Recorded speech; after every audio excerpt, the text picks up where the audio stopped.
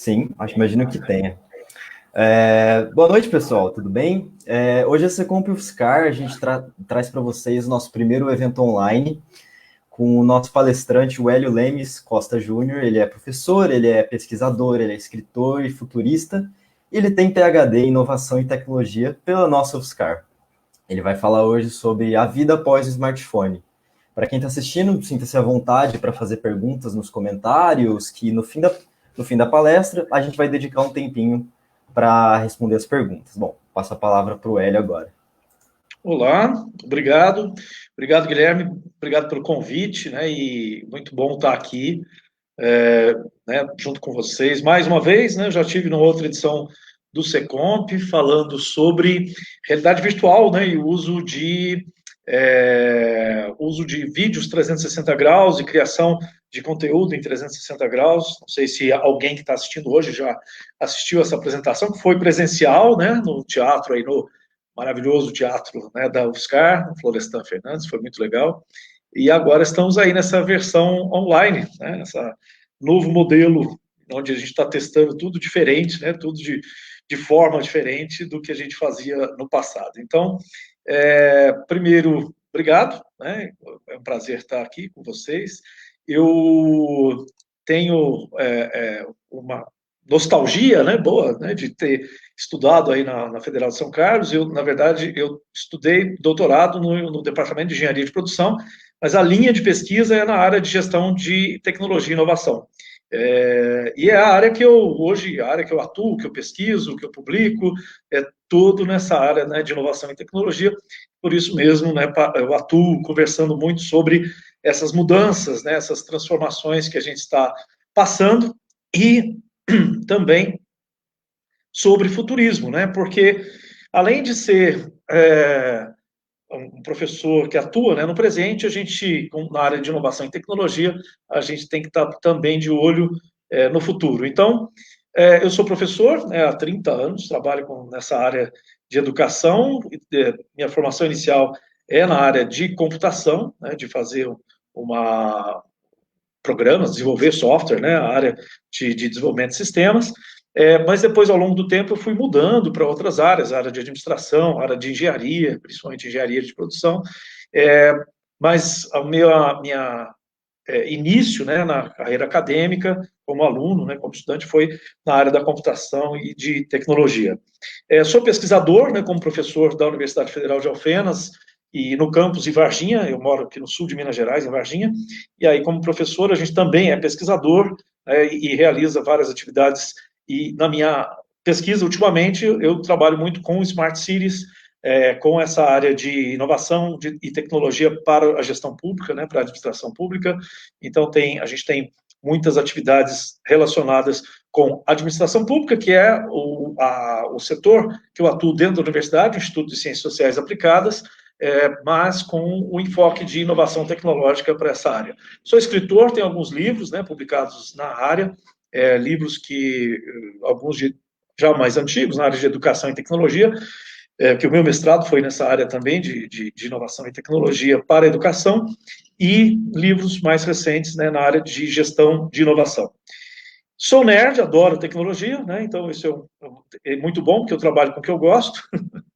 Sou um hacker, não um hacker invasor de sistemas, mas um hacker no sentido de inconformado e sempre tentando achar soluções para ou hackear, ou mudar, né, as coisas, meio que inconformado, né, com as soluções e com as coisas que a gente tem,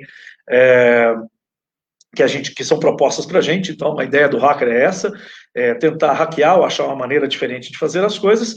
E mais recentemente, eu comecei a atuar como futurista. E futurista é algo que a gente tem que ter muita experiência, e olhar e aprender muito com o passado para poder ser futurista. Mas eu, como sou novo na área, eu me considero um futurista trainee ainda.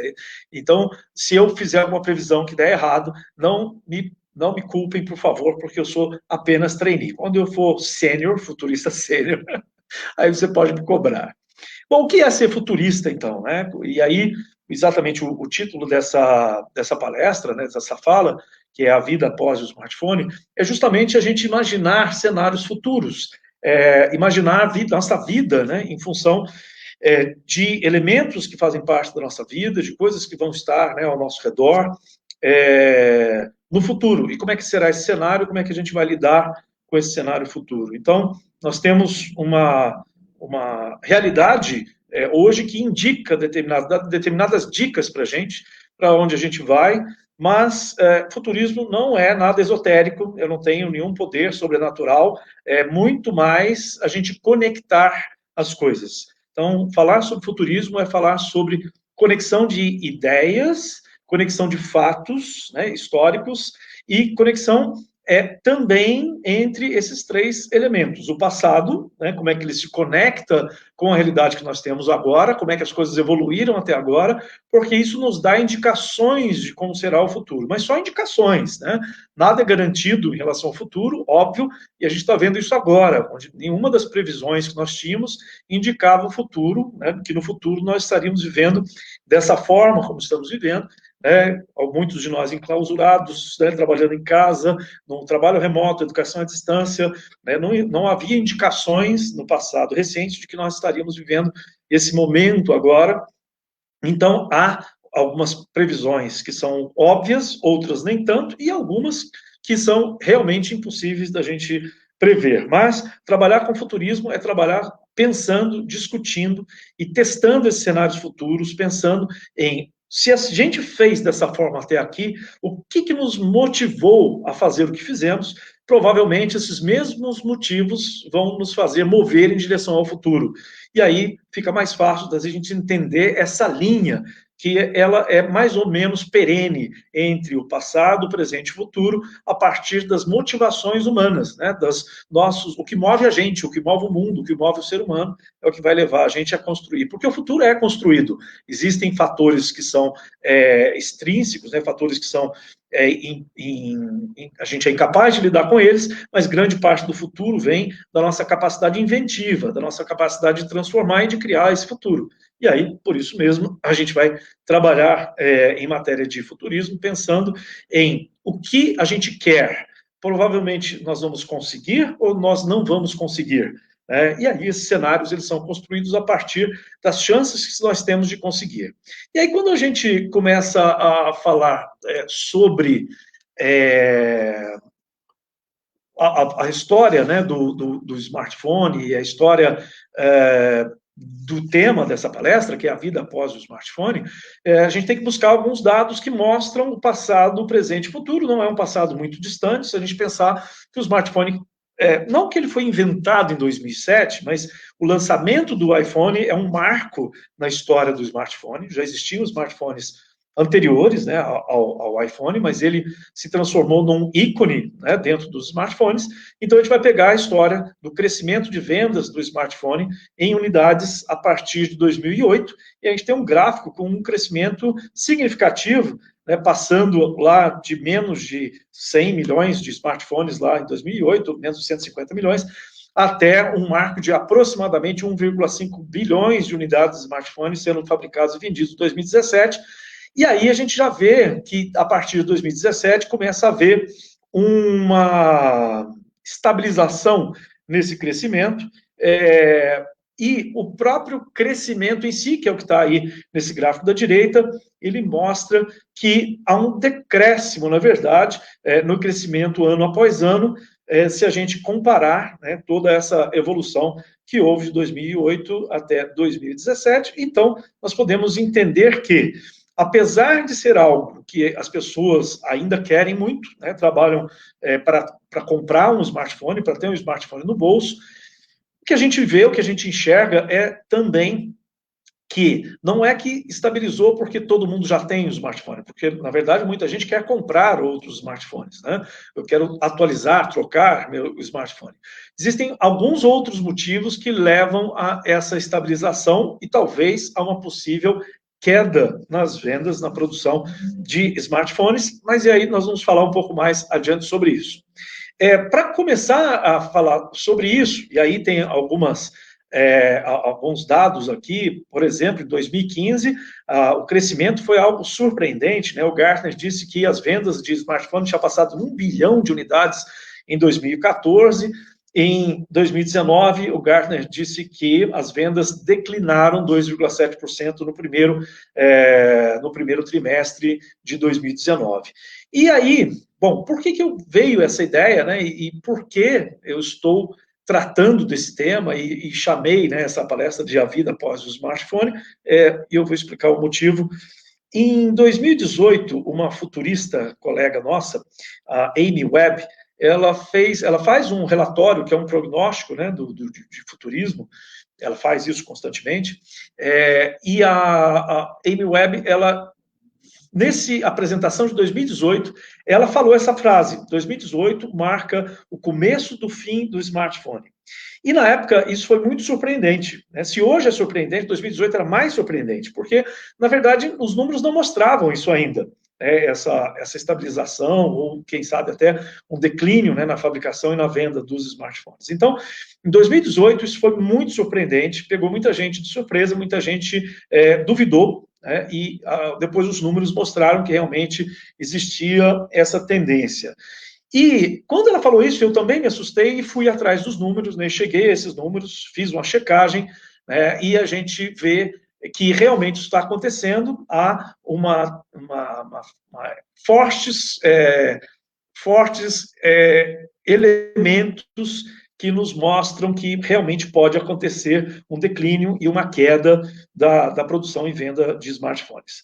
Mas aí lembra o que eu falei aqui? A gente falar de futurismo é fazer uma conexão entre passado, presente e futuro. Para a gente entender o futuro, nós temos que entender, por exemplo, hoje você pode dizer que o smartphone é um dos itens de consumo mais desejados pela sociedade. É um dos produtos que mais movimenta o mercado, que movimenta dinheiro no mercado, né, a partir da venda e dos smartphones e todas as outras coisas que estão associadas a ele. É só dar uma voltinha na rua, ver a quantidade de lojas de capinhas de smartphone que você vai encontrar por aí. É só olhar no iTunes, olhar na Play Store, a quantidade de aplicativos para todas as funções que estão sendo vendidas. Então, você vê que realmente há todo um ecossistema de negócios, uma economia toda que gira em torno do smartphone, que não é só a fabricação e venda de smartphones, mas uma série de outras atividades relacionadas, inclusive várias empresas só existem porque existe o smartphone. Empresas com altíssimo valor de mercado, elas só passaram a existir a partir da existência do smartphone. Então, ele tem uma importância muito grande. Mas essa importância, ela vem por quê? Pelo próprio smartphone ou pelas coisas que nós fazemos através do smartphone? Essa é a pergunta que vai nos levar ao futuro. É essa pergunta que vai nos mostrar os cenários possíveis no futuro. Então, vamos pensar, eu tenho um smartphone para quê? Se a gente pensar que o smartphone é uma evolução de outras coisas, vamos passar um pouco pela história. O que veio antes? Bom, o telégrafo lá de 1830, a criação do telégrafo, as pessoas começam a usar a eletricidade para poder fazer comunicação à distância, primeiro com fios ainda, né? E até a invenção do rádio, né, que permitiu que o telégrafo se comunicasse através de ondas de rádio, e aí sim você expande, né, enormemente a capacidade, o alcance de telecomunicações. Então, se a gente pensar o porquê que nós temos um smartphone hoje, ele é uma evolução de um aparelho de telecomunicações. Se a gente for, lógico, mais atrás, a gente vai encontrar a imprensa e vários outros meios de comunicação. Mas pensando mais estritamente dentro do domínio da eletricidade pelo homem, adiante, né, dali para frente, a gente tem o smartphone como uma ferramenta de comunicação. De vários tipos de comunicação, mas que é um descendente direto do telégrafo lá do século XVIII. O telefone, final do século XIX, também é uma invenção absurdamente revolucionária, né, que trouxe uma série de transformações nas nossas vidas, no comércio, né, em vários tipos de relações, né, entre as pessoas, aproximou. O telefone ele é um das alavancas iniciais da globalização, né, da nossa capacidade de comunicação global e a nossa capacidade de negócios globais. Mas o telefone também não foi rápida a adoção dele. O telefone demorou até ser adotado, porque era uma tecnologia cara, rara, né, e pertencente, né, e acessível a pessoas que tinham alto poder aquisitivo. E tanto é isso que um evento lá no começo do século XX, aconteceu no Rio de Janeiro, que na época era a capital do Brasil, e não sei se vocês conhecem essa história, mas houve um incêndio na central telefônica do Rio de Janeiro. E todos os equipamentos eram importados, não tinha nenhum, na época não existia nenhuma fábrica de equipamento eletrônico, eletroeletrônico no Brasil, e todos os equipamentos pegaram fogo junto com o incêndio que aconteceu no prédio. E o que aconteceu? Teve que se importar novamente para se reconstruir a central de telefones do Rio de Janeiro, que era a capital do país, de um país grande já, importante economicamente. E você sabe quanto tempo ficou fechado a central de telefone? Quanto tempo o Rio de Janeiro ficou sem telefone, que era o lugar onde tinha mais número de telefones no Brasil? Ficou fechado por 9 meses. Imagine hoje se nós conseguiríamos ficar 9 meses sem os nossos sistemas de telecomunicações. Sem internet, sem ligação telefônica, né, sem Wi-Fi, sem redes, sem fibra ótica, sem as telecomunicações. Então, isso é para a gente ver o quanto a telecomunicação ela se tornou tão essencial que hoje seria impensável nós passarmos um dia sem telecomunicações. Imagine passar 9 meses. Então, isso é um fato real, acontecido, e que mostra que, mesmo sendo uma ferramenta importante, né, a gente ainda conseguia sobreviver. O mundo não acabou por causa da falta, né, de um sistema telefônico, até porque ele tinha uma pequena penetração na sociedade ainda, apesar de toda a sua importância. Nós, depois do telefone, passamos a utilizar o telefone celular, né, o celular é uma evolução do telefone tradicional, o telefone fixo foi para o celular, e aí a gente começou, além de falar ao telefone, né, que é o objetivo inicial, né, desse meio de comunicação, a gente começou também a mandar mensagens SMS, né, que foi a primeira forma diferente das ligações telefônicas que a gente conseguiu fazer usando, né, esse aparelho, o telefone celular, foi fazer as mensagens SMS, que depois, né, vieram a se transformar em outros tipos de mensagens de texto, mas isso tudo começou com uma segunda serviço oferecido pelo telefone celular, o primeiro a ligação telefônica, o segundo as mensagens SMS, e aí, por isso a gente fala, né, sobre a questão do smartphone, o primeiro smartphone não ter sido o iPhone, porque antes dele a gente teve o BlackBerry, que era um smartphone também, já tinha um sistema operacional, e ele permitia que você mandasse e recebesse e-mails, a princípio, o que era muito importante, mas o BlackBerry se transformou muito numa ferramenta corporativa, era usado por empresas que entregavam esses telefones para os seus funcionários, e não era bem uma ferramenta utilizada no dia a dia por pessoas comuns, como nós, usuários comuns, né? BlackBerry era muito caro, inacessível, então era uma ferramenta corporativa que as empresas costumavam escolher para colocar como opção de uso para os seus funcionários. Então, essa mudança aconteceu com o iPhone, que foi o momento em que nós chegamos à conclusão de que nós não poderíamos viver sem um smartphone, né? O iPhone fez a gente se apaixonar pelo smartphone e se apaixonar por essa ferramenta, e foi também, né, através da incorporação da web ao smartphone, né, porque o smartphone só como e-mail ele não era tão atrativo, mas quando você no iPhone tem a oportunidade de usar um navegador e utilizar a web, a princípio não eram os aplicativos, a gente usava o smartphone para acessar páginas web, a gente usava HTTP, usava, né, www dentro do smartphone, mas isso já foi um grande salto, porque aumentou a flexibilidade e a possibilidade de oferecer recursos para a gente dentro dessa maquininha, né, chamada smartphone, e isso tornou o smartphone mais atrativo, mas só a World Wide Web, ela também era naquela época, ela ainda tinha algumas características de uma web muito tradicional. No meio da década passada, 2004, 2005, a gente ainda tinha uma web muito tradicional, onde a produção de conteúdo era centralizada em grandes empresas produtoras de conteúdo, e nós, usuários, éramos meros consumidores desse conteúdo, que era produzido e distribuído por grandes empresas de mídia, como os portais, né, os portais web e tudo mais. Então, nós tivemos uma mudança, um salto com a Web 2.0, que não é uma tecnologia nova, mas foi um jeito novo de lidar com a web, que é quando a gente começa a produzir mais conteúdo do que consumir, as pessoas passam a serem, além de consumidores de conteúdo, além de acessar o conteúdo que foi produzido pelas empresas, elas começam, elas próprias, a produzir conteúdo, e isso faz parte de um movimento que começa lá no meio da década passada, né, que é de um monte de ferramentas colaborativas, redes sociais, a própria Wikipédia, onde você colabora construindo e colaborando para a construção do conhecimento, né, das informações, as ferramentas como o YouTube, que se você tirar o conteúdo produzido pelos usuários é uma caixa vazia, e outras, né, ferramentas, principalmente as redes sociais, e hoje as mídias mais tradicionais que migraram para as redes sociais, elas acabam disputando a atenção, né? Grandes empresas de mídia, elas têm que, apesar de todo o seu poder de comunicação, acabam tendo que disputar a atenção com uma pessoa comum, um jovem que cria um conteúdo, viraliza, e ele tem mais acesso, mais seguidores, mais atenção do que grandes empresas de mídia, com todo o seu potencial, com toda a sua ferramental, né, de propaganda e marketing, e tem que disputar com essas pessoas comuns, né, que estão produzindo conteúdo. E isso graças ao smartphone.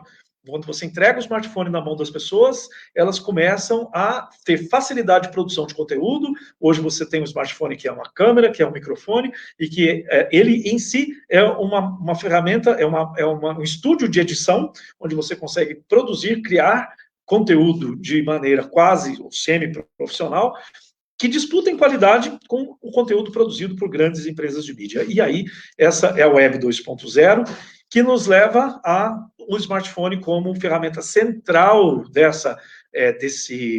desse mundo, né, desse ecossistema, porque as pessoas, elas utilizam o dispositivo móvel, que é mais barato, é mais acessível, é mais fácil, as pessoas já têm, e aí elas acabam, acontecendo o que aconteceu, que a maioria das pessoas que usa a web hoje não utilizam um desktop, não utilizam um notebook, mas utiliza o smartphone para acessar a web. E aí a web passa a estar presente na mão de todo mundo, porque o smartphone está na mão de todo mundo. Todo mundo, lógico, uma generalização, mas é uma grande maioria da população. A partir do smartphone, então, surgem os aplicativos, as applications, né, os apps, e aí isso é algo que mudou também os nossos hábitos, né? E aí, por que isso muda novamente os nossos hábitos? Porque os aplicativos, eles parecem ter vida própria, é diferente da web, que é passiva, onde você tem que entrar no navegador e você tem que escolher um endereço para acessar um conteúdo. Os aplicativos, eles são vivos, né? Eles te cutucam. Eles fazem notificações, eles te avisam sobre coisas, e aí a gente começa a ter um comportamento muito mais interativo com o nosso smartphone do que antes, quando a gente usava passivamente a web para navegar e consumir conteúdo. Então, os apps, eles são responsáveis por uma mudança, e eles são até, né, e aí a gente tem uma série de aplicativos que estão aí presentes em grande parte dos smartphones, né, das pessoas, Gmail, Evernote, YouTube, Cabify, Netflix, Airbnb, Booking, WhatsApp, Uber, Waze, Maps, Spotify, iFood, Facebook, tudo isso é aplicativo. A gente não acessa mais esses serviços através da web, a gente não entra no navegador para utilizar isso. Isso representa, inclusive, uma ameaça para a web, né? Porque tudo é aplicativo. Praticamente todas as coisas que você usa no seu smartphone, você não usa mais através da web. A web, ela passa a perder a importância dentro desse mundo móvel, e o que passa a ser importante é você conseguir atrair a atenção das pessoas e convencê-las a baixar o seu aplicativo. E quando elas baixam esse aplicativo, a web vai perder importância, porque ela passa a maior parte do seu tempo dedicando a sua atenção ao aplicativo e não mais à web. E isso também tem até um outro efeito, porque vai ficar cada vez mais difícil você encontrar as informações, porque quando você faz uma busca no Google, por exemplo, você encontra as informações que estão na web, mas não encontra as informações que estão dentro de um aplicativo. Por exemplo, não consigo, dentro do Google, pesquisar o conteúdo do Facebook, eu não consigo consultar o conteúdo do Spotify ou de outros aplicativos que a gente tem. Então, de certa forma, tudo vira aplicativo, e isso já, né, a web está, de certa forma, ameaçada. As nossas buscas por informações abertas, livres, que grande parte da motivação da gente ter evoluído com a web e na web durante esse tempo todo foi graças a essa facilidade de acesso à informação. Com os aplicativos, essas empresas fecham essa informação, travam essa informação dentro do seu aplicativo e disponibilizam apenas o que é interessante para elas, o que pode atrair mais atenção, atrair mais usuários e atrair mais cliques para dentro dos seus próprios aplicativos. Elas não querem que você clique na web, querem que você clique no aplicativo e demonstre o quanto você está engajado na utilização daquele serviço. Mas tudo isso, ok, nós estamos falando só de uma evolução. As pessoas estão cada vez usando mais aplicativos, por isso elas estão usando mais smartphone. Então, por que a venda de smartphones ela começa a estabilizar e talvez cair daqui para frente? Bom, Vamos pensar em algumas coisas. Alguns hábitos vão mudando. A gente, durante algum tempo, pelo menos eu que passei por diversas fases, né, do uso de tecnologia, o e-mail já foi muito importante para mim em um determinado momento, até alguns poucos anos atrás, era praticamente a minha principal ferramenta de comunicação. Hoje não é mais. Hoje, se eu puder mandar, se eu puder optar entre mandar uma mensagem por WhatsApp ou por e-mail, eu prefiro o WhatsApp. O WhatsApp tem algumas qualidades que são indiscutíveis, né? A rapidez, o feedback para saber se a pessoa recebeu ou não recebeu, né? O imediatismo da mensagem, a variedade de conteúdos, de anexos que você pode mandar, a realização de outras atividades dentro do WhatsApp que não sejam só o envio de texto e de anexos, como, por exemplo, hoje você pode usar o WhatsApp para fazer uma webconf, né? Para fazer uma call com um grupo de pessoas, e essa evolução vai ser constante. Na China não se usa o WhatsApp, mas se usa o WeChat, que é o irmão do WhatsApp, onde você pode pedir Uber, pode pedir comida, pode fazer pagamento, transferência de dinheiro dentro de um aplicativo só, e o que provavelmente vai acontecer com o nosso WhatsApp, essa é uma evolução natural para a gente chegar num modelo muito parecido com o WeChat. Então, hoje, o e-mail não é mais tão importante para mim. Por quê? Porque, na verdade, o que eu quero não é o e-mail. O que eu quero é me comunicar com as pessoas. E aí é aquilo que, voltando a alguns minutos atrás, o que eu falei, qual é a nossa motivação para ter um smartphone? Não é para mandar e-mail. É para me comunicar com as pessoas. Se eu consigo me comunicar de maneira eficiente utilizando qualquer ferramenta através do smartphone, eu vou utilizar essa ferramenta. Mas e se eu tiver outras ferramentas que não sejam o smartphone, que me permitam me comunicar também? Será que o smartphone vai continuar sendo relevante para mim? E aí, essa é a questão.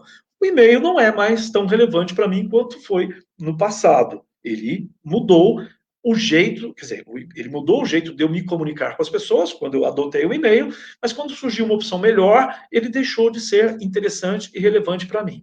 O WhatsApp tem outra qualidade também sensacional, que você baixa o aplicativo e você não precisa criar login, preencher formulário, nada. É só colocar o número do seu telefone e acabou. Está funcionando, é uma das coisas mais simples, sem atrito, que existem no mundo. Adoro o WhatsApp, todo mundo adora, porque senão ele não tinha crescido, chegado rapidamente a esses bilhões de usuários aí no mundo. Bom, e aí, você já usa IoT? É uma pergunta que eu faço, porque a maioria de nós, né, IoT, Internet das Coisas, Internet of Things, a maioria de nós, quando você faz uma pergunta como essa, a resposta imediata é não. Por quê? Porque você pensa logo em drones, em equipamentos super sofisticados, em Roomba, né, o aspirador de pó conectado à internet, em coisas que são talvez mais sofisticadas do que a gente pode imaginar que seja IoT. E agora a gente vai começar a falar sobre o seguinte: a gente já usa IoT, só que você ainda não se deu conta disso. O que é IoT? É a internet das coisas, ou seja, coisas que não eram computador passam a se conectar com a internet. Se o meu objetivo é estar conectado por algum motivo, para poder comunicar, enviar, receber coisas, talvez o que eu precise não seja um smartphone, mas sejam outras coisas que estejam conectadas à rede. O valor do smartphone em si, ele não está no smartphone, ele está nas aplicações e nos aplicativos que nos permitem fazer o que nós queremos. Lembrando que quando eu mostrei aquela lista de aplicativos, por que eu uso o smartphone? Para ouvir música no Spotify, para poder me relacionar com os meus amigos no Facebook, para poder ver os vídeos engraçados do TikTok, né, para me divertir no TikTok. Então, o objetivo não é o smartphone, ele é um suporte para que eu chegue e atinja esse objetivo. O IoT é uma tentativa de colocar outras coisas que me conectem a esses desejos e necessidades que eu tenho. Então, o smartphone, na verdade, ele invadiu o nosso espaço porque ele trouxe essas coisas com facilidade para a nossa mão. Tudo isso que eu estou falando para vocês, de entretenimento, educação, trabalho, lazer, finanças, que a gente faz no smartphone, eles foram chegando no smartphone aos poucos e, de repente, o smartphone virou a central onde você faz tudo isso. Tudo que você precisa fazer, você tira o smartphone do bolso e faz. Ou consultar as horas, né? Ligar o seu alarme, conversar com alguém, ouvir uma música, consultar o saldo no banco, tudo isso está lá. Então ele invadiu o meu espaço. Tanto que hoje, eu costumo dizer que o objeto que a gente tem mais contato durante o dia inteiro é o smartphone, porque é o primeiro objeto que você pega de manhã, porque ele te acorda, né? Ele é o seu despertador. O primeiro objeto que você toca quando você acorda é para desligar o smartphone, provavelmente já fica com ele na mão, já dando uma olhada no que aconteceu de ontem para hoje. E ele é o último objeto que você coloca na cabeceira da cama quando você dá aquele último suspiro. Tem gente que tenta deixar o telefone fora do quarto, né? Mas é muito difícil. Eu sei porque eu também não consigo. E aí, o último objeto que você deixa antes de dormir, antes de virar para o lado, é também o smartphone. Então, é aquele objeto que está com você, colado no teu corpo, no teu bolso, na tua bolsa, o tempo todo, e ele tomou conta do espaço, porque grande parte das coisas que você faz através dele. Mas por que você usa, né, esse smartphone? Porque você gosta do smartphone? Não. Na verdade, eu uso o smartphone para entretenimento, para paquerar, para discutir política, para namorar, para fazer venda, para comprar coisas, para fazer propaganda, fazer qualquer tipo de comércio, para tretar, né, para arrumar briga, para trollar os outros, para promover coisas, né, para arte. Né? Tem gente que usa o smartphone, inclusive tem hoje festivais de cinema com vídeos criados totalmente com a câmera do smartphone. Alguns, e são mais específicos, com a câmera do iPhone. Então, você usa ele para produzir arte, usa como passatempo de qualquer sala de espera, ou qualquer ônibus, qualquer local onde as pessoas têm que passar algum tempo sem fazer nada, é ali no smartphone onde elas vão achar algum consolo para aquele tempo que elas estão isoladas. A gente usa para se divertir, para arrumar emprego, para trabalhar, para se educar, né, para tudo isso. E isso a gente já fazia antes. O smartphone não inventou nada disso. Todas essas coisas que a gente faz no smartphone, nós já fazíamos antes. O que a gente ganhou com o smartphone foi a facilidade de acesso a elas. Então, provavelmente, e aí é só provavelmente, talvez você possa fazer essas mesmas coisas sem o smartphone. Se nós fazíamos isso antes sem ele, com certeza nós podemos fazer sem ele novamente. Mas nós só vamos dar esse passo se tiver uma opção melhor. Nós não vamos desistir do smartphone só porque alguém falou que agora o 5G vai invadir a sua veia e vai te causar Covid-19, como teorias da conspiração e essas idiotices todas. Não é, isso não vai fazer com que as pessoas desistam de usar o smartphone. Mas no momento em que você tiver outras opções melhores do que essa, e você conseguir fazer essas coisas que você quer fazer com outras ferramentas que não sejam o smartphone, nesse momento as pessoas vão fazer essa troca. Bom, e aí a gente já tem algumas opções. Nem todo mundo, mas já existem várias opções de smartwatches, os relógios inteligentes, de baixo custo até alto custo. Tem alguns até que são mais caros do que o próprio iPhone. O próprio smartwatch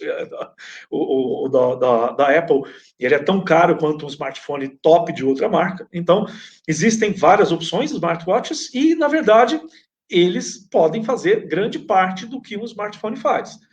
Então, se você pensa assim, eu tenho um smartwatch, eu tenho aqui um Mi Band, um Mi Band 4 e tal. Isso é um IoT, porque ele está conectado à internet. Através dele eu conecto com Bluetooth, que conecta com outro dispositivo, que pode ser o smartphone ou qualquer outro. Então eu tenho um IoT no meu pulso, que me dá acesso à internet. Nele eu acesso minhas mensagens do WhatsApp, eu controlo as músicas do Spotify. Ou seja, parte das coisas que eu fazia no smartphone eu posso fazer com o meu smartwatch. Eu tenho as smart bands, que são uns que nem são relógio, mas são só pulseiras mesmo, que medem as suas batimento cardíaco, a quantidade de movimentos que você fez, o tempo de sono. Essas pulseiras são IoTs. Quem tem uma pulseira dessa já está conectado à internet. Mesmo que você desligue o seu smartphone, você está conectado através da sua smart band. E aí vem outra surpreendente, porque a gente não pensa sobre isso, mas toda televisão hoje é uma Smart TV e toda televisão é um IoT. Por quê? Bom, porque no passado a televisão era só um eletrodoméstico, ou seja, ela era uma coisa, one thing. Quando você conecta a televisão à internet, você tem uma thing connected to internet, uma Internet of Things. Então você tem, a partir desse momento, e aí outra coisa, tenta comprar uma televisão que não seja smart. Você não encontra mais. Assim como no futuro, você não vai encontrar mais relógios que não sejam smart. E vários outros objetos não terão mais a opção de estarem desconectados da internet. Todos os dispositivos que podem ser conectados, eles serão conectados à internet. Não vai haver opção da desconexão. Então, esse crescimento do IoT, ele vai proporcionar outras alternativas para você acessar as coisas que você acessa hoje.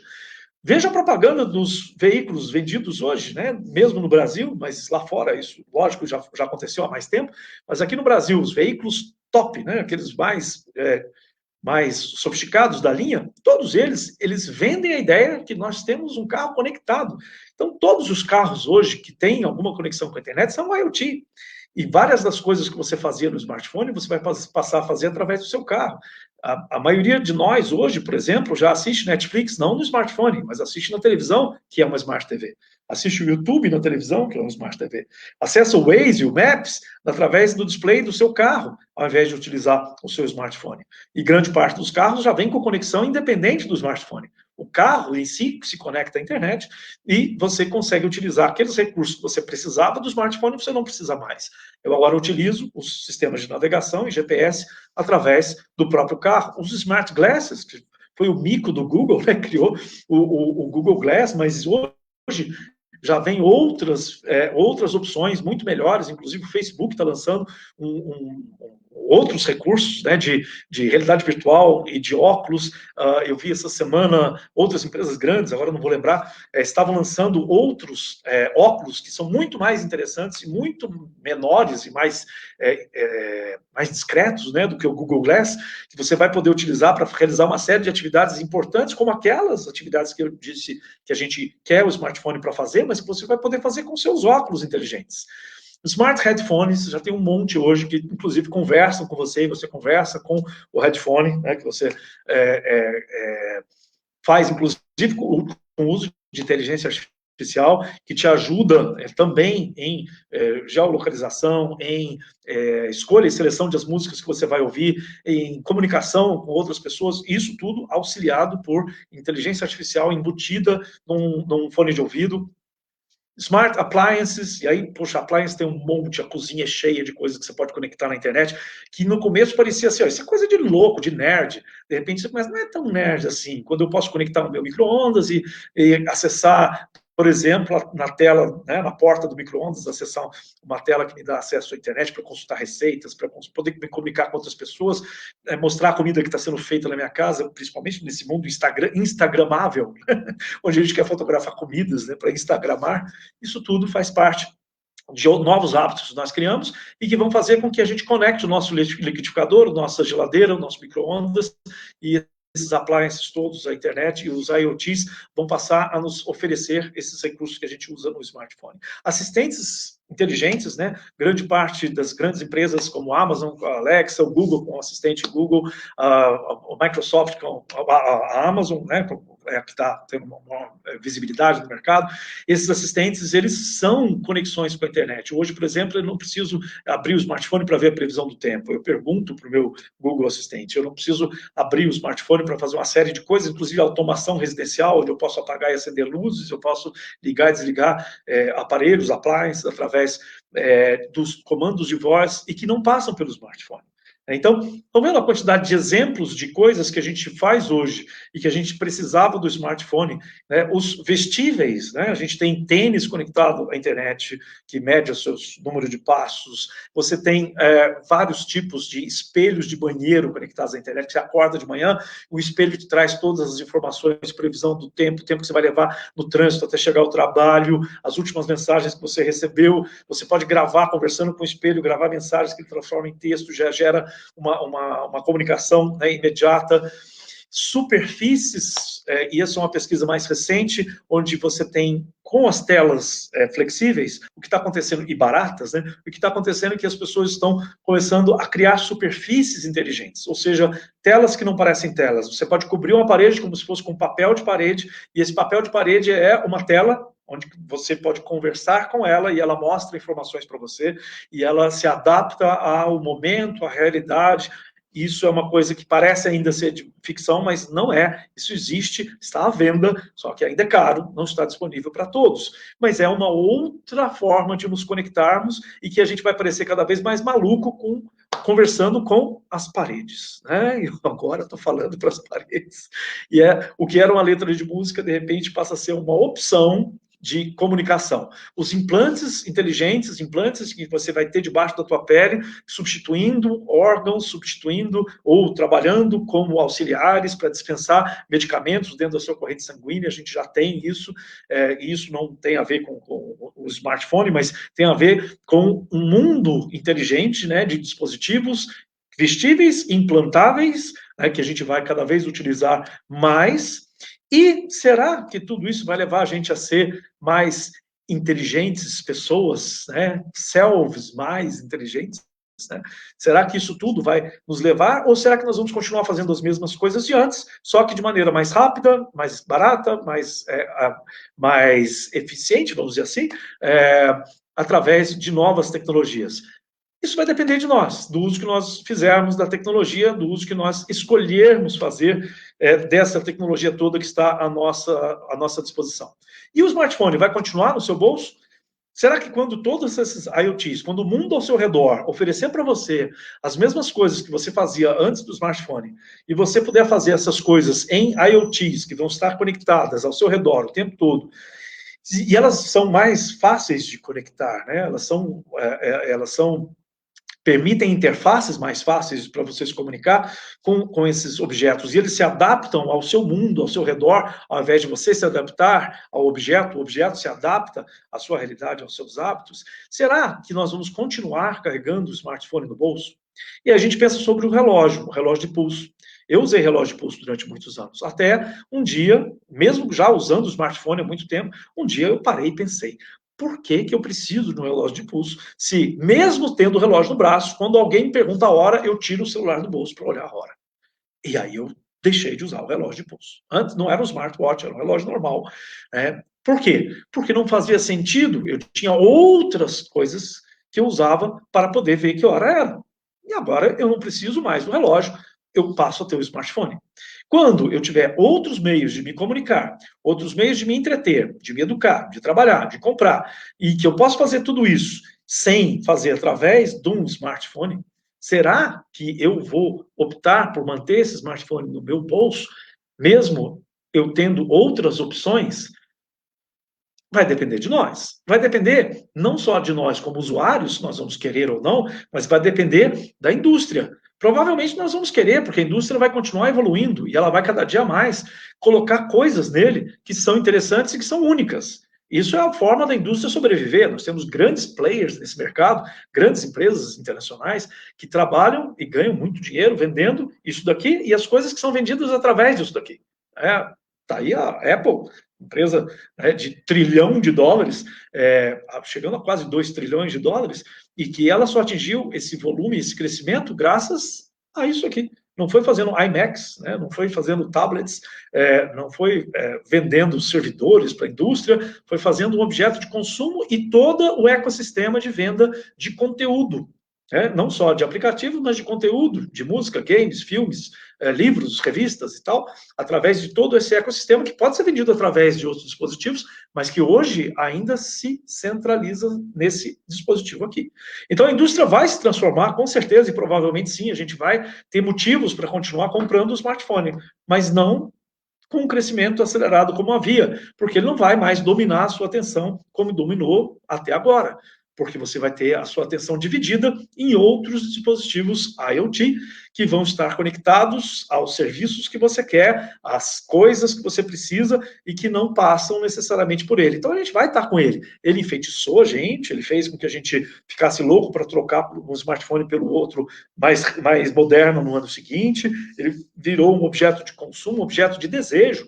Pessoas esperavam fim de ano para conseguir, né, juntar um dinheiro, 13º para comprar um smartphone, adolescentes pedindo lá como presente de Natal, né, o seu smartphone novo, mais recente, com mais recursos e tal, filas nas portas a Apple Store, né, fila de gente, horas esperando para poder comprar um smartphone. Então, um objeto desejável, né, pela sociedade de consumo, mas isso pode mudar, né? Ele enfeitiçou a gente durante algum tempo, isso foi um tempo, mas ele foi só um elemento de transição.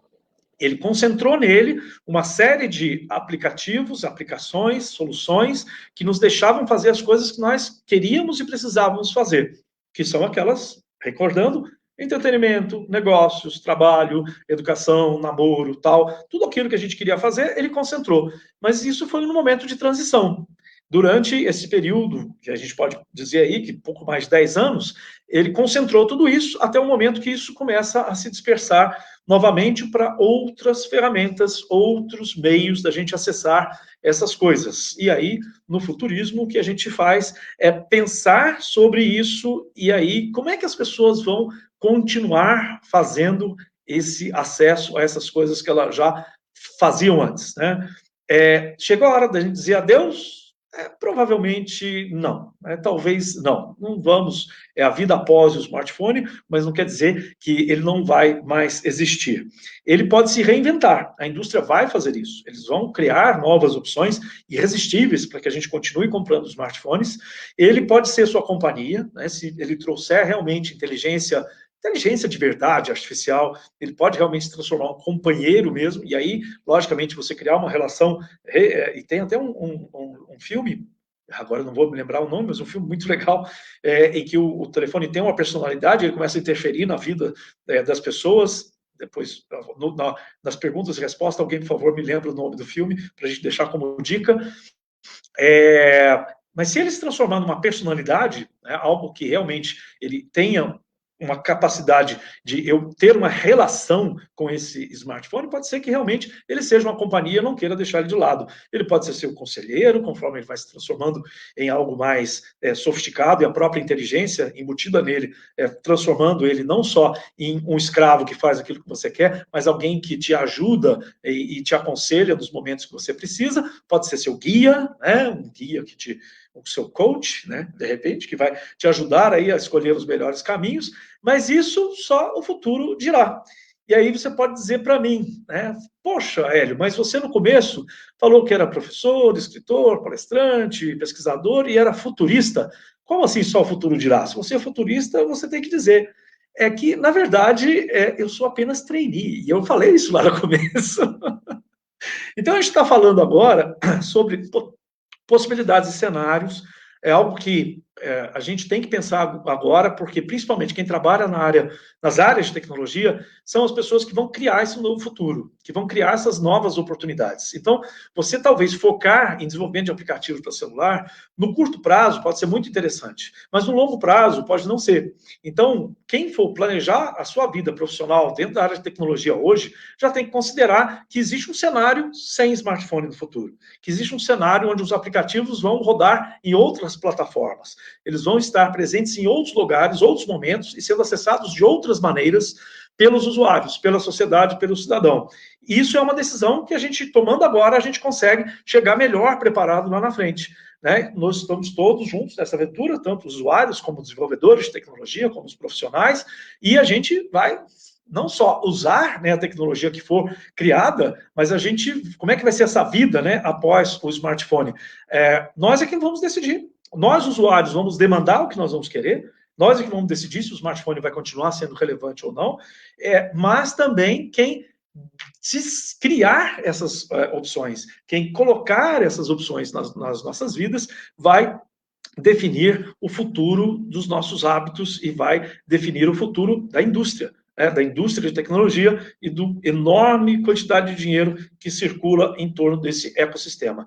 Então, nós vamos fazer isso, nós vamos influenciar nesse futuro através das nossas escolhas, dos nossos hábitos que nós temos e vamos continuar tendo, das nossas ações, dos nossos desejos. Nós temos esses desejos, não só necessidades. Muito desse mercado ele é movido mais por desejo do que por necessidade. Pense sobre isso.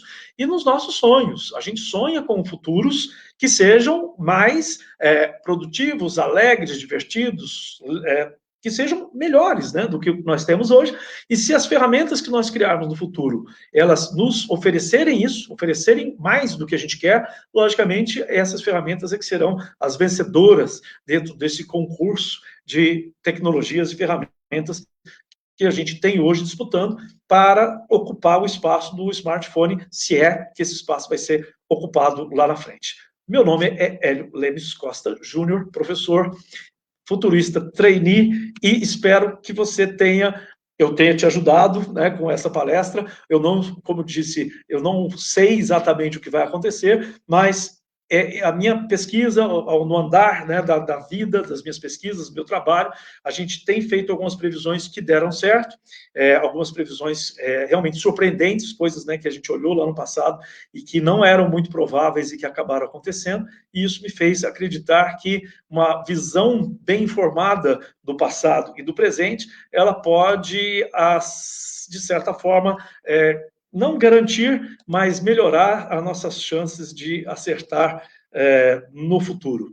E é isso. Agora, obrigado, né, pela atenção, mais uma vez, obrigado pelo convite. Vamos agora às perguntas, né? Ver se alguém tem alguma pergunta que gostaria de nos fazer, e aí, se alguém assistiu, gostaria também de lembrar para a gente qual foi o filme em que o smartphone tem personalidade. Ele começa a... Primeiro, ele gera um amor muito grande do dono para o smartphone, mas depois ele começa a influenciar e interferir negativamente na vida desse proprietário do smartphone.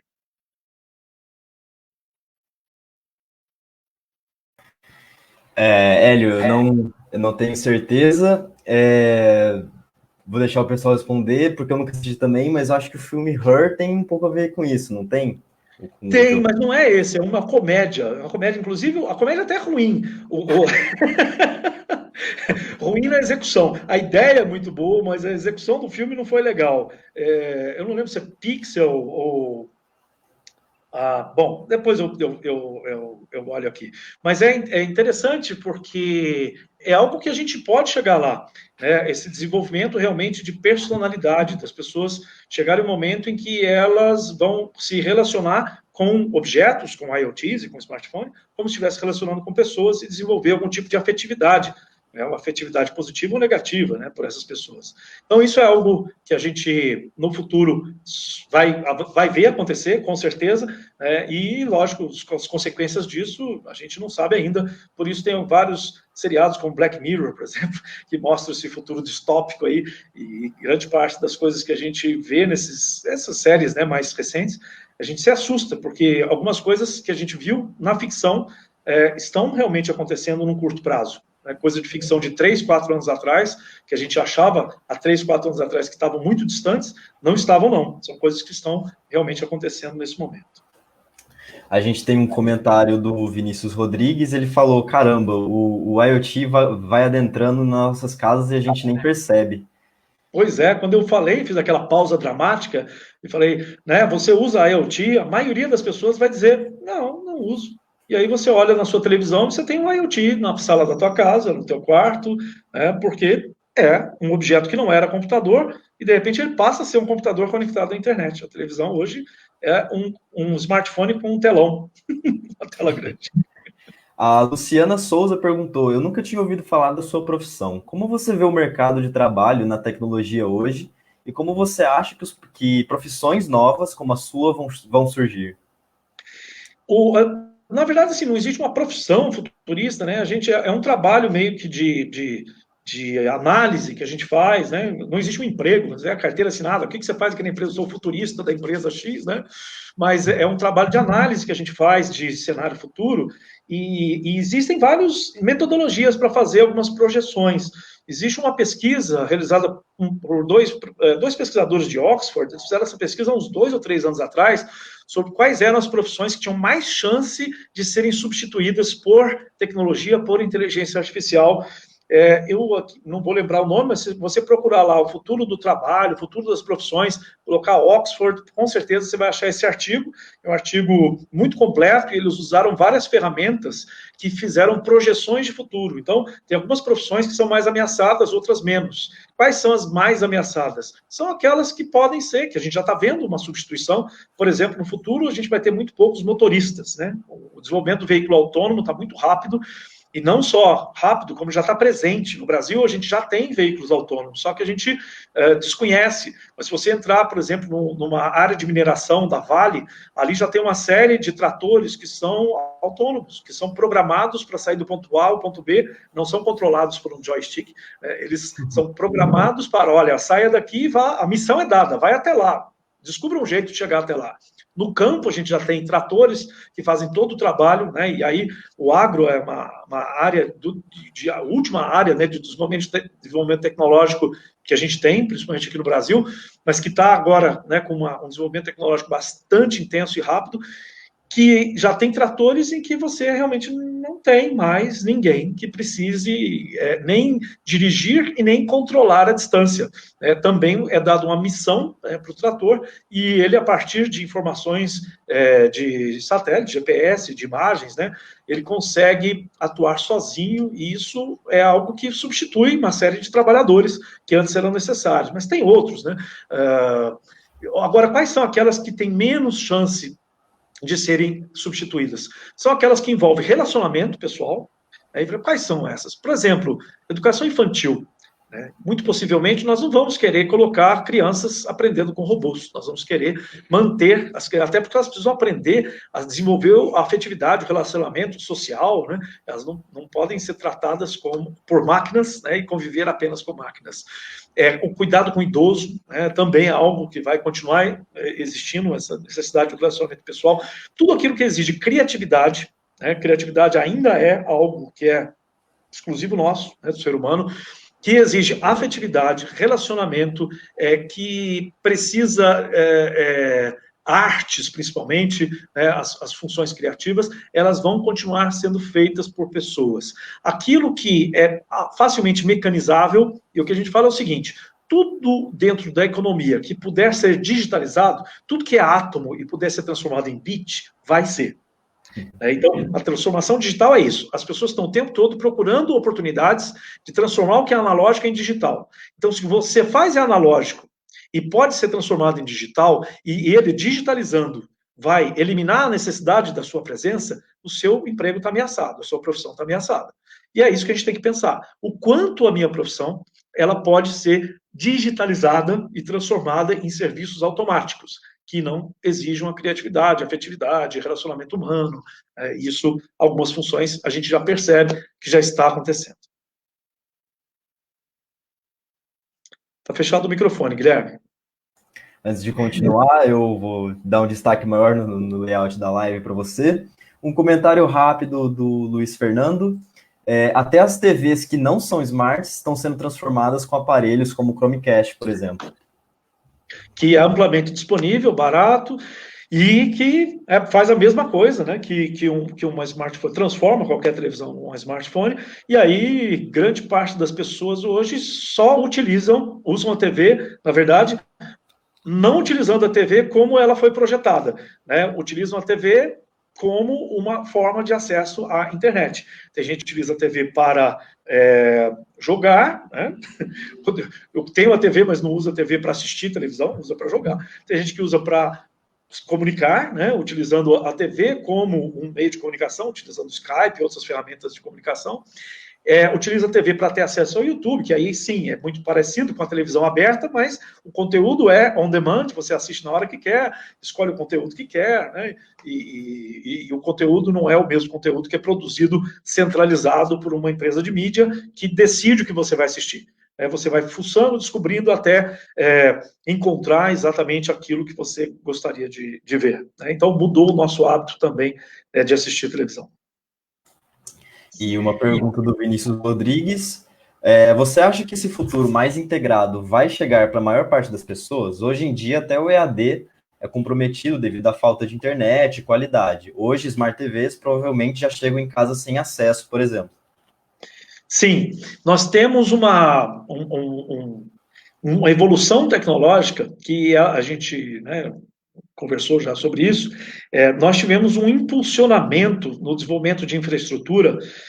A gente já tinha uma infraestrutura boa, tanto que não teve nenhum colapso, né? No momento que houve a pandemia e as pessoas tiveram que trabalhar à distância, tiveram que estudar à distância, não houve nenhum colapso significativo na nossa infraestrutura de telecomunicações. Então, a gente já tem uma estrutura relativamente boa, ela aguentou um aumento, e foi um enorme aumento, né? Alguns setores tiveram um enorme aumento de demanda por serviços, e telecomunicações foi um deles. Então, a gente já, algo que as pessoas achavam que não seria possível, foi possível. Outro o próprio fator de ter aumentado essa demanda impulsionou o desenvolvimento tecnológico. Hoje, pesquisas que a gente tinha com previsão de ficarem prontas aí em 2022, 2023, que era a implantação do 5G, elas já foram aceleradas, porque elas são extremamente necessárias. Porque não só nós, usuários, estamos usando mais a internet e trafegando mais dados, mas novas aplicações são necessárias. E aí a gente pode pegar a telemedicina, que antes pouca gente estava interessada nisso. De repente, isso passa a ser uma necessidade. Os médicos não vão poder estar disponíveis em todos os lugares, e aí eles têm que trabalhar, não só fazer consulta, mas fazer exames e fazer cirurgias à distância, e para isso a gente tem que ter um desenvolvimento de telecomunicações muito rápido, com muita precisão, alta velocidade, baixa latência, né? Tem várias características que você tem que ter num sistema como esse, e isso está sendo desenvolvido de maneira acelerada. Então, o próprio aumento da demanda por tecnologia está fazendo com que a tecnologia, o desenvolvimento da tecnologia se acelere, e nós estamos chegando onde nós não chegávamos antes. Hoje aqui, né, por exemplo, em Santa Rita do Sapucaí, aqui próximo, já se está pesquisando a 6G, a sexta geração de telefonia celular, que estará no mercado em breve, porque a 5G, ela é um salto bom, né, mas existe possibilidade de melhorar mais ainda. Então, o próprio fator de ter feito com que a gente fosse para o teletrabalho, fosse para a EAD, isso está impulsionando as empresas a oferecerem. A gente vê só no desenvolvimento do Zoom, por exemplo, que é uma ferramenta que era inexpressiva, desconhecida antes da pandemia, antes de março, né, antes de fevereiro de 2020, ninguém conhecia e usava o Zoom, todo mundo conhecia o Skype, todo mundo conhecia outras ferramentas, né, o Messenger e tal, mas ninguém conhecia o Zoom. Mas o Zoom tinha uma ferramenta perfeita, fácil, rápida, boa qualidade. O que aconteceu? O Zoom hoje vale mais do que a IBM. A IBM é uma das 4 grandes empresas, 5 grandes empresas de tecnologia da informação do mundo. E ela vale menos do que o Zoom, que é uma empresa que só faz isso daqui. E vocês viram o quanto o Zoom melhorou em matéria? Todo mundo deve usar o Zoom, apesar que eu estou falando do concorrente, estou dentro do StreamYard falando do Zoom aqui, mas vocês perceberam o quanto o Zoom melhorou em relação em qualidade de áudio, qualidade de vídeo, em segurança, que antes era uma calcanhar de Aquiles do Zoom, era a segurança, né, invasões de roubo de dados e tal. O quanto isso melhorou em tão pouco tempo, em menos de um ano. Essa evolução veio por causa da pressão da demanda, por causa do aumento e a pressão da demanda por pessoas exigindo recursos com maior qualidade, com recursos que entregassem mais resultado para nós.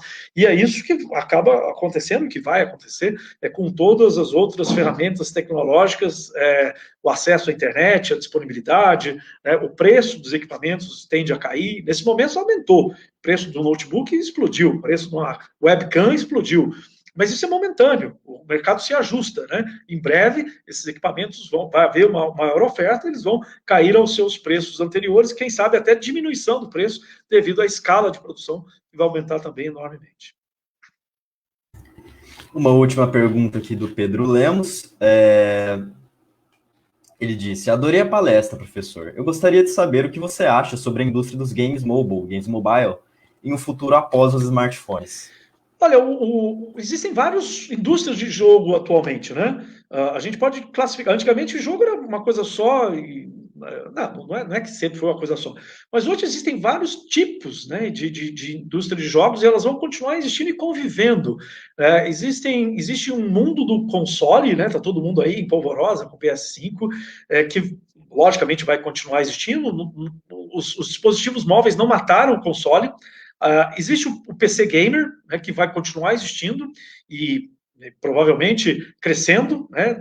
Existe o smartphone, ele veio para oferecer aquele jogo casual, né? A maioria das pessoas que jogam no smartphone é o casual game, né? E vai continuar crescendo e existindo, porque é a opção do passatempo, quando você está lá no consultório médico e entra num casual game lá, o Angry Birds, para poder passar o tempo, mas não é algo que as pessoas vão disputar campeonato, né, um LOL, não vai ter um World of Warcraft, né, provavelmente isso não vai crescer dessa forma. A gente vai continuar jogando de maneira séria na tela grande, séria que eu digo, esse jogo que movimenta bilhões de dólares e que gera essa atenção toda, né? Ele vai continuar existindo na tela grande, nas TVs, nos eventos e tal, e a gente vai continuar jogando os jogos casuais no celular, que tem a ver com essa distração, esse passatempo, mas eu não vejo o celular ainda como um substituto ou como qualquer tipo de ameaça para as outras plataformas de jogos.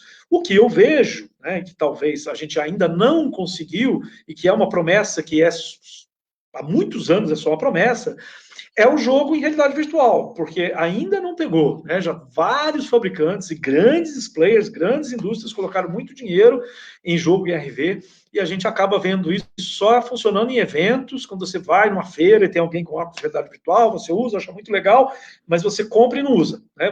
Até quem compra, chega em casa, olha e fala, legal, tá bom. Né? Guarda na prateleira. É muito legal, mas quando alguém vier aqui, eu mostro para a pessoa e guardo de novo. A gente não criou esse amor pelo jogo, mas diz o Mark Zuckerberg que agora finalmente vai acontecer. Ele já disse isso antes e não aconteceu. Ele está dizendo de novo, né? Ele deve saber de coisas que a gente ainda não sabe.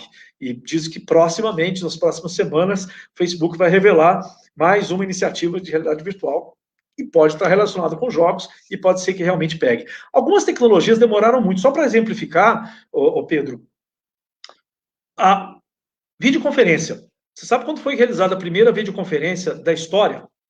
Não foi 2010, não foi em 2000, não foi em 90, não foi em 80, não foi em 70, não foi em 60, foi nos anos 50 que se realizou a primeira videoconferência. Não com computadores digitais, não foi através do Zoom nem do Skype, mas foi através de um sistema de televisão, uma câmera de televisão, um aparelho de televisão aqui, no outro lugar, uma pessoa com a câmera na televisão. Ou seja, a tecnologia da videoconferência, da videocall, ela já existe há 70 anos. Mas ela não pegou nesse tempo todo. Teve um monte de tentativas. E cada tentativa vinha com uma promessa. Não, agora vai ser diferente, agora vai ser melhor, agora vai ser uma experiência fantástica. E, no final das contas, nunca foi. Até o momento em que isso virou uma necessidade. Que é esse momento que nós estamos vivendo aqui agora. E agora alguém pode dizer, eu não quero participar de uma videoconferência, eu não gosto de aparecer na câmera, eu não tenho jeito para fazer videocall. Você conhece alguém que é capaz de falar isso hoje em dia, dentro dessa nossa nova realidade, onde a gente foi chacoalhado, né? A gente levou uma bolada na cara e está tentando entender ainda o que aconteceu, né? Põe uma compressa aqui para tentar recuperar. É por aí, a gente está mudando os hábitos e aí coisas que não eram aceitáveis, desejáveis, passam a ser necessidade. O jogo pode ser que isso aconteça, algo que a gente não enxerga ainda como uma possibilidade, dentro de uma nova realidade, ele possa se transferir para um smartphone ou para outros IoTs, né, que estão aí por surgir, mas o jogo é uma indústria extremamente importante economicamente e importante culturalmente, né? A indústria de jogos, ela gera, né, ela cria cultura, né, cultura nerd, a cultura gamer, né, uma cultura forte, importante, e essa indústria, ela logicamente vai continuar crescendo em cada um desses segmentos, né. O smartphone, se ele continuar sendo importante, ele vai continuar sendo uma janela para os jogos, mas a gente tem que pensar nesse tipo de jogo. É o casual game. É um game que você baixa rapidamente, joga para passar tempo, né? Não é algo comprometido de disputa, de campeonato, pode até ter um ranking lá e tal, mas não é ali que as pessoas vão passar grande parte do seu tempo e investir a sua atenção e o seu dinheiro nesses jogos casuais do smartphone. Bom, Hélio, queria te agradecer pela sua presença, pelo seu prestígio aqui na Secomp. Adorei a palestra pessoalmente, aposto que muita gente adorou também. Obrigado a você que está assistindo e até o nosso próximo evento. Obrigado pelo convite mais uma vez, a vocês, parabéns pela organização do evento, obrigado pelas perguntas, pela atenção das pessoas que ficaram assistindo, e olha, se as minhas previsões se confirmarem, eu vou tirar o trainee do meu futurista e vou virar um futurista pleno, né? Ou júnior. Vou colocar júnior primeiro, não vou ser muito pretensioso, não. Depois eu passo para pleno e, quem sabe, um dia eu viro futurista sênior e aí eu volto aqui na Secomp para falar sobre o que eu falei que deu certo, sobre as minhas perspectivas de futuro e cenários futuros. Tá joia? Tá joia. Obrigado, Hélio. Até mais. Obrigado, até mais.